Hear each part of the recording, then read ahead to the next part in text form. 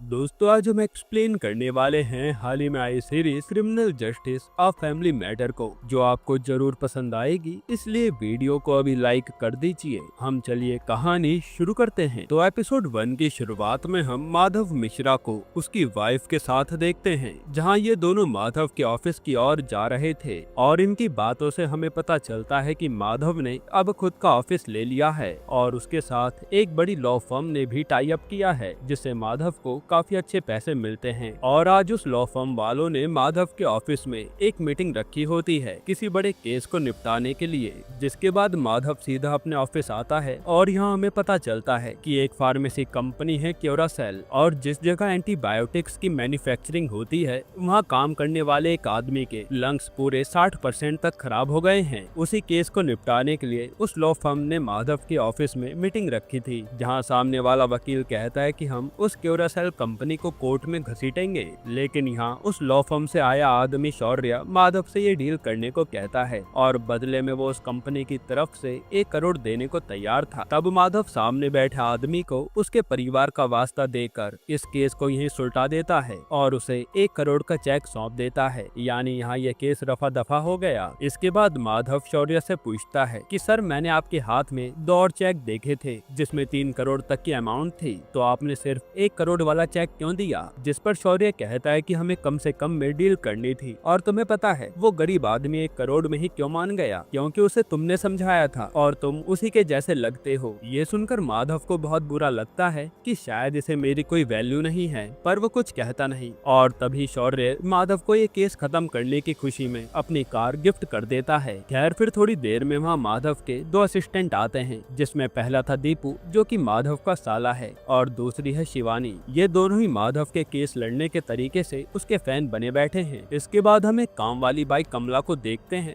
जो मार्केट से मच्छी लेकर सीधा एक बिल्डिंग में जाती है, जहाँ वो किसी डॉक्टर राज के घर में काम करती थी। और फिर राज के घर में एंट्री करते ही वो देखती है कि राज तो किसी औरत को पकड़े बैठा है जो खून में लथपथ है। ये देखकर वो चिल्लाने लगती है। अब यहाँ से 24 घंटे पहले सीन शिफ्ट होता है, जहाँ हम राज की फैमिली को देखते हैं, जिसमें उसकी बेटी ईरा है, उसकी बीवी अंजू है और उसकी माँ है। हालांकि हमें पता चलता है कि अंजू और राज अब साथ में नहीं रहते। अंजू राज के सामने वाले फ्लैट में रहती है और आज ईरा का बर्थडे है, इसलिए वो उसे पियानो गिफ्ट में देती है। यहाँ ईरा की कंडीशन देखकर हमें पता चलता है कि उसे कोई डिसऑर्डर है, इसलिए वो किसी से नजरें मिलाकर बात नहीं कर पाती और कभी कभी उसे दौरे भी पड़ते हैं। खैर, थोड़ी देर में यहाँ पर रोशनी नाम की लड़की आती है और पता चलता है कि ये राज की गर्लफ्रेंड है, जो यहाँ ईरा की केयरटेकर भी है। और कहीं ना कहीं हम अंजू को देखकर समझ पाते हैं कि वो रोशनी को देखकर खुश नहीं है। इसके बाद राज अपने हॉस्पिटल आता है, जहाँ वो किसी का इलाज कर रहा था। फिर इलाज के बाद वो सीधा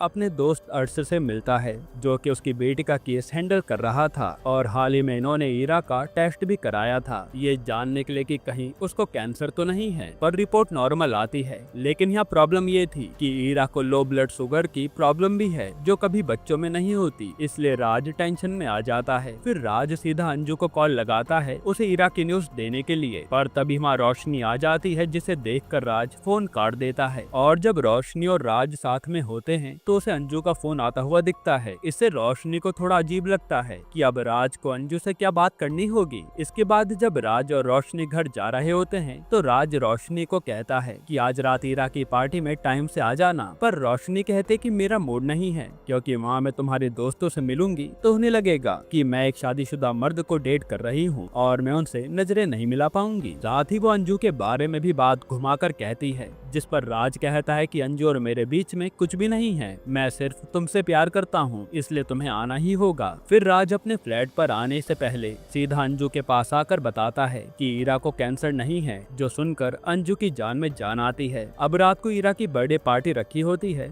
जहाँ कई लोग आए हुए थे। तभी वहाँ रोशनी पिंक कलर की साड़ी पहन कर आती है और राज रोशनी को अपने दोस्तों से मिलवाता है, जहाँ वो लोग राज की टांग खींचते हैं कि बता रोशनी तुझे कैसे मिल गई। तब राज बताता बताता है कि रोशनी मेरे ही हॉस्पिटल में नर्स थी जो बाद में इरा को हैंडल करने मेरे घर आने लगी और फिर धीरे धीरे हम दोनों करीब आ गए। फिर जब सब लोग पार्टी में एंजॉय कर रहे होते हैं तभी रोशनी राज के कुछ फ्रेंड्स को बात करते हुए सुनती है जो कह रहे थे कि वो रोशनी 2 कौड़ी की लगती है और अंजू ही सबसे बेस्ट है। ये सुनकर रोशनी को बहुत बुरा लगता है। तभी वहाँ पार्टी में अंजू भी आती है जिसने रोशनी के जैसे ही पिंक कलर की साड़ी पहनी थी। इसके बाद यहाँ ईरा केक कट करती है और सब एंजॉय करने लगते हैं, पर अंजू और राज को साथ में देखकर रोशनी को काफी गुस्सा आता है और वो वहाँ से रोती हुई अपने घर जाने लगती है। तभी नीचे कोई रोशनी की जाते हुए वीडियो रिकॉर्ड कर रहा था। अब ये कौन है आगे पता चलेगा। अब अगले दिन हम राज को देखते हैं जो सुबह उठते ही रोशनी को मैसेज करता है पर कोई रिस्पॉन्स नहीं आया था। फिर वो कल रात पार्टी का कूड़ा फ्लैट के बाहर रख देता है और राज की माँ किसी काम से चली जाती है। वहीं राज भी जॉगिंग करने के लिए निकल जाता है। फिर थोड़ी देर बाद राज वापस आता है और उसके 15 मिनट बाद ही कमला भी राज के घर आई थी जिसने राज के हाथ में एक औरत की लाश देखी और वो चीखने लगी। तभी कमला की आवाज सुनकर सामने फ्लैट से अंजू भागती हुई आती है और राज के पास कोई और नहीं बल्कि रोशनी की लाश थी।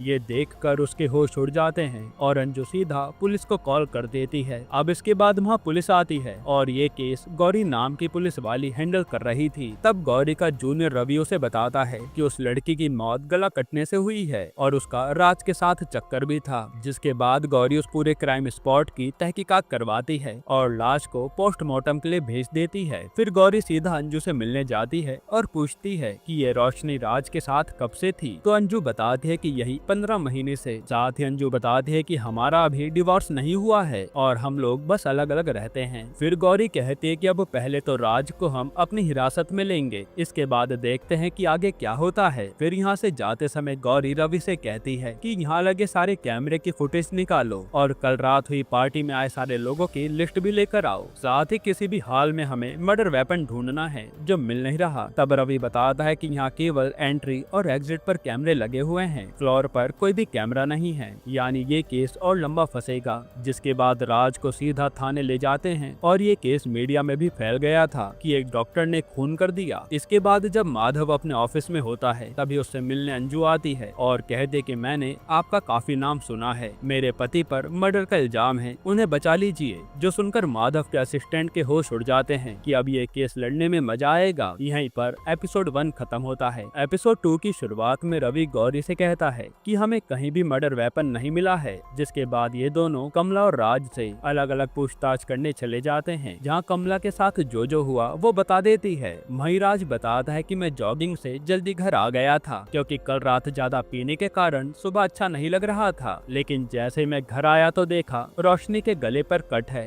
और वो तड़प रही है। फिर कुछ ही सेकंड में उसकी मौत हो गई। यहाँ कमला बताती है कि मुझे पहले लगा कि अंजू की मौत हो गई है, लेकिन ये तो रोशनी निकली और कल रात दोनों ने ही सेम साड़ी पहनी थी। इसके बाद कमला बताती है कि कल रात रोशनी और राज साहब का झगड़ा भी हुआ था, जहाँ रोशनी ने ज्यादा पी ली थी और राज उन्हें कमरे में लेकर गया था। फिर रोशनी कमरे से निकली और वहाँ से गुस्से में घर चली गई। ये सब सुनकर गौरी सीधा राज से पूछताछ करने आती है कि पार्टी में आपके और रोशनी के बीच में क्या हुआ था। तब राज भी कहता है कि रोशनी अपने घर चली गई थी, ज्यादा कुछ नहीं हुआ। और यहाँ राज समझ जाता है कि ये लोग राज को ही खूनी साबित कर रहे हैं, इसलिए वो कहता है कि मैंने कोई खून नहीं किया और मुझे मेरा वकील चाहिए। इसके बाद गौरी को उसके सीनियर बुलाकर कहते हैं कि ये केस जल्दी सॉल्व होना चाहिए, इतने बड़े डॉक्टर पर मर्डर का इल्जाम लगा है, इसलिए कुछ भी करके इसे सॉल्व करो। इधर माधव आज राज से मिलने आता है जिसे अंजू ने हायर कर लिया था और वो राज से सब कुछ डिटेल में पूछता है कि बताओ क्या क्या हुआ था जॉगिंग से लेकर घर तक। तब राज वही सब बताता है जो उसने पुलिस को बताया था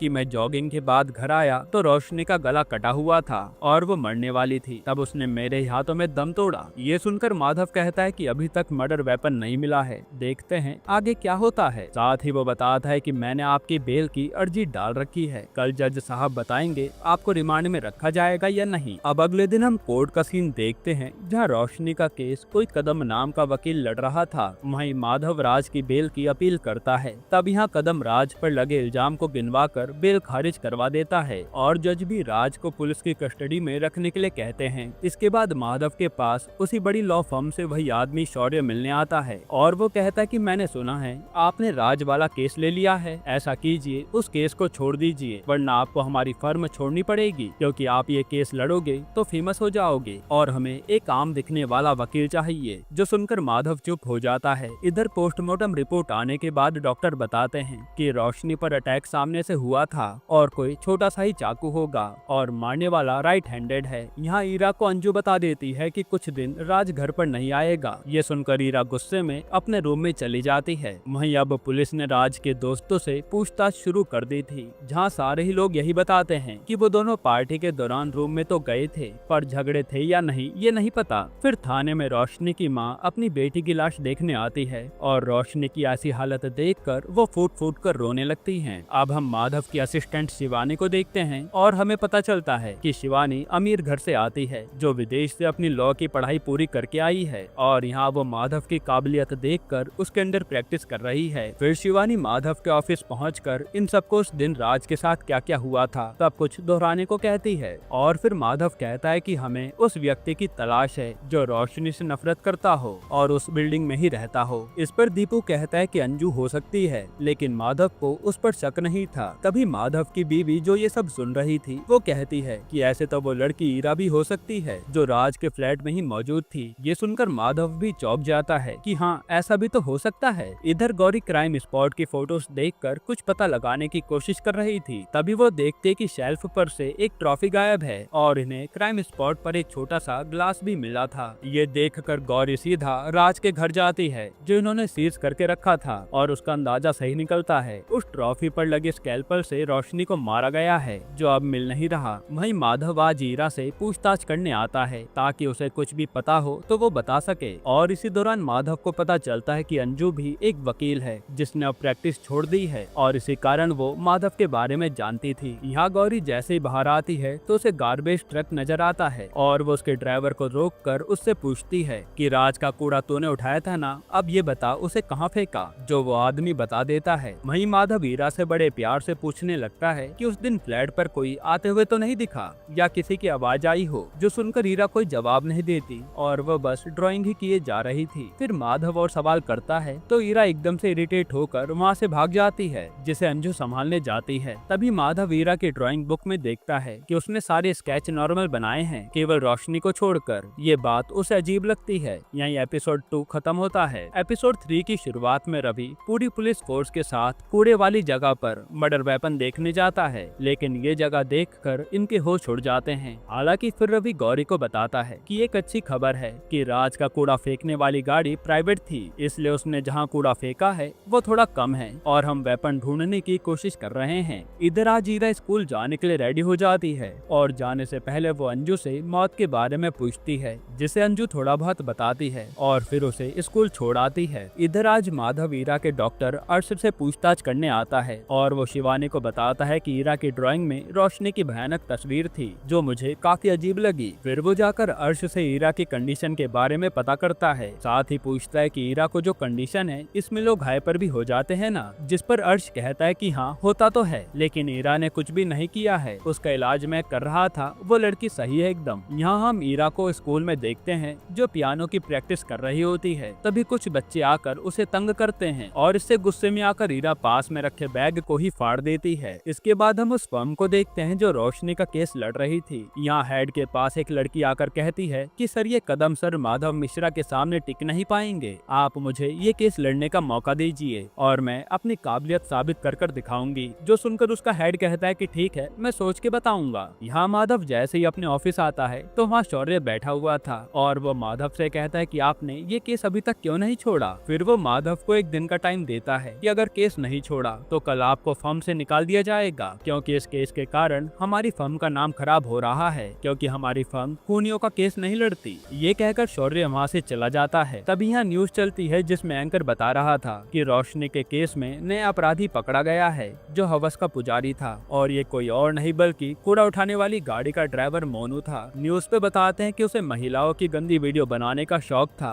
इसलिए हो सकता है कि इसने ही रोशनी को मारा हो। ये सुनकर माधव सोच में पड़ जाता है। वहीं मोनू को भी पुलिस ने पकड़ लिया था। अब यहाँ माधव के पास दीपू आता है और बताता है कि मीडिया में जो न्यूज चल रही है वो मैंने ही दी थी। आगे दीपू बताता है कि मुझे उस मोनू पर शक हुआ था, इसलिए मैं उसका पीछा करने लगा और पाया कि वो आए दिन औरतों पर गलत नजर डालता है और लड़कियों की चुपके से वीडियो भी बनाता है, इसलिए मैंने उसकी की वीडियो बनाकर एक न्यूज चैनल वाले दोस्त को भेज दी और अब आपका काम आसान हो जाएगा। सबको लगेगा कि मोनू खूनी है और राज बच जाएगा। लेकिन माधव कहता है कि ऐसा कुछ भी नहीं होने वाला। एक वीडियो से कुछ भी प्रूव नहीं होता, बल्कि काम और ज्यादा बढ़ा दिया है इस दीपू ने। और वो दीपू को खूब डांटता है कि ऐसी उटपटांग हरकत करने से पहले मुझसे पूछ लिया करो। खैर यहाँ आज गौरी को उसके सीनियर बुलाते हैं और उसे मोनू का फोन दिखाते हैं, जिसमें कई सारी रोशनी की चुपके से फोटो ली गई थी और उसमें कुछ रोशनी की वीडियो भी थी। उस रात भी रोशनी जब रोते हुए जा रही थी तब मोनू ही वो वीडियो ले रहा था। फिर यहाँ गौरी को उसके सीनियर डांटते हैं कि मोनू ही खूनी हो सकता है और हमने उस पर ध्यान ही नहीं दिया। फिर वो कहते हैं कि तुमसे ये केस हैंडल नहीं हो रहा है, इसलिए मैंने एक सीनियर ऑफिसर को ये केस दे दिया है। और वो कोई और नहीं बल्कि गौरी का एक्स हस्बैंड हर्ष होता है, जो जानकर गौरी थोड़ा उदास हो जाती है। इधर हम कदम को देखते हैं जो उसी लड़के से कह रहा था कि हम सच्चाई का साथ देने के लिए उस डॉक्टर से भिड़ गए थे और देखो असली खूनी तो वो कूड़े वाला सोनू निकला। ये सुनकर वो लड़की सोच में पड़ जाती है। इधर माधव सोच रहा था कि वो ये केस लड़े या फिर लॉ फर्म की बात मान ले। तब वो ये केस लड़ने का डिसाइड करता है और सबसे पहले लॉ फर्म की दी हुई कार को उसी आदमी के पास दे आता है जिसके लंग्स खराब हो गए थे। यानी माधव ने वो लॉ फर्म छोड़ दी और उसके पैसे से भला भी कर दिया। इधर हर्ष आते ही मोनू को रिमांड पर ले लेता है कि तूने रोशनी को क्यों मारा, पर मोनू तो मना किए जा रहा था। और हर्ष जैसे मोनू पर ग्लास फेंक कर मारता है तो मोनू उसे उल्टे हाथ से पकड़ लेता है। ये देखकर हर्ष सीधा अपने सीनियर के पास आकर बताता है कि शायद उस मोनू ने खून नहीं किया, क्योंकि फाइल में लिखा था कि खूनी ने सीधे हाथ से रोशनी पर वार किया था, पर ये मोनू तो लेफ्ट हैंडेड है। वहीं गौरी आकर बताते कि मोनू के क्लाउड अकाउंट पर वीडियो मिला है जिसमें 2 हफ्ते पहले अंजू और राज कार में किस कर रहे थे, जबकि गौरी बताते हैं कि अंजू ने बताया था कि उन्हें अलग हुए 1 साल से ऊपर हो गया है। यानी इन दोनों के पास ही वजह थी उस रोशनी से छुटकारा पाने की। यहीं पर एपिसोड 3 खत्म होता है। दोस्तों अभी सीरीज के बाकी के एपिसोड्स हमें थर्सडे को देखने को मिलेंगे। अगर आप चाहते हैं कि हम थर्सडे को ही सारे एपिसोड्स एक्सप्लेन कर दें तो कमेंट में पार्ट 2 लिख देना, हम ले आएंगे। बाकी अगर आपको हाल ही में आई एक कमाल की वेब सीरीज देखनी है तो आप ये वीडियो देख लीजिए।